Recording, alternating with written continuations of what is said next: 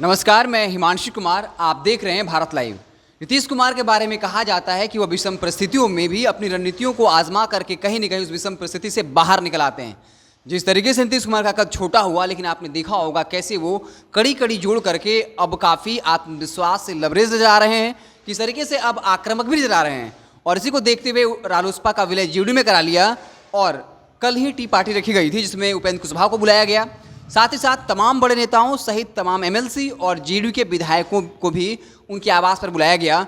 कहा जा रहा है कि इस मीटिंग में नीतीश कुमार ने सारे नेताओं को यह स्पष्ट आदेश दे दिया, ये निर्देश दिया, उनके बीच ये मैसेज पहुंचा दिया कि उपेंद्र कुशवाहा अब पार्टी के वरिष्ठ नेता हैं, वो कोई बाहर से आए हुए नहीं हैं, हम लोग भाई भाई हैं।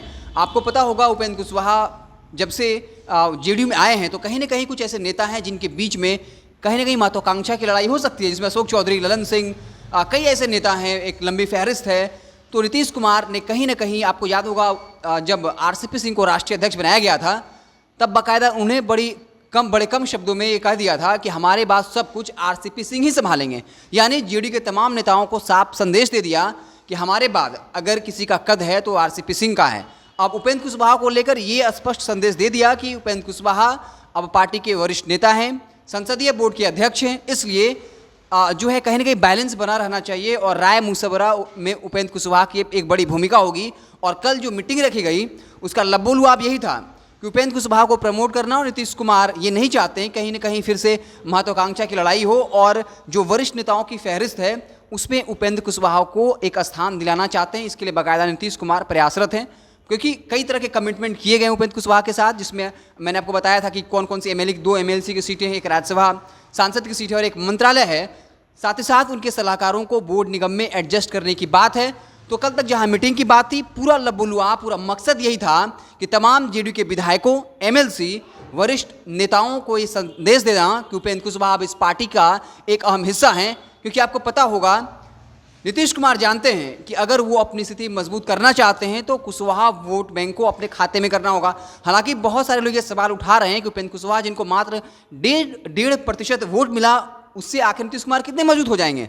लेकिन एक महत्वपूर्ण डेटा भूल जाते हैं। हम आपको बता दें कि 19 ऐसी सीटें रहीं, जेडीयू जितने मतों से हारा है उससे ज़्यादा वोट उपेंद्र कुशवाहा की पार्टी को आए हैं या उनके गठबंधन को आया है, जिसमें से ज़्यादातर वोट कुशवाहा के हैं। क्योंकि आपको पता होगा इस बार के चुनाव में मतों का अंतर 50, 60, 70, 100 के अंतराल पे था। अगर उपेंद्र कुशवाहा साथ होते, कुशवाहा का वोट मिल गया होता, तो आप 43 में से 19 सीटें और जोड़ दीजिए। और यही वो डेटा है, फैक्ट है, जो नीतीश कुमार को मजबूर की कि आप उपेंद्र कुशवाहा के साथ आएँ और रालोसपा का विलय करा लिया। और कहीं ना कहीं विलय कराया है तो एक महत्वपूर्ण ओहदा दिया जाएगा, और इसलिए दिया जाएगा क्योंकि बाकायदा लिखित प्रमाण में सारी चीज़ें दी गई हैं।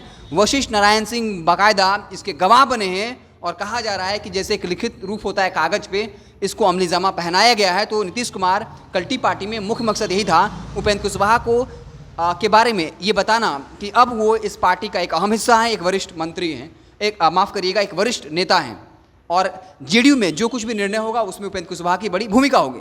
तो आप देखते रहे भारत लाइव, हम आपको पल पल की खबरों से लगातार अपडेट करते रहेंगे। अगर ये वीडियो पसंद आई और वह बिहार के राजनीति और बिहारियत से सरोकार रखेनी तो सब्सक्राइब बटन दबा के चैनल के सब्सक्राइब कर ली। ओजे एगो घंटी बा, ओकरा बटन दबा देला से कुल सटीक और मारक खबर रुआ मुफ्त में मिल जाई। अगर रुआ पत्रकारिता के हमनी के नया प्रयोग में सहयोग कर चाहतानी तो ज्वाइन बटन दबा दी। पेटीएम नंबर नोट कर ली 9386816700। धन्यवाद।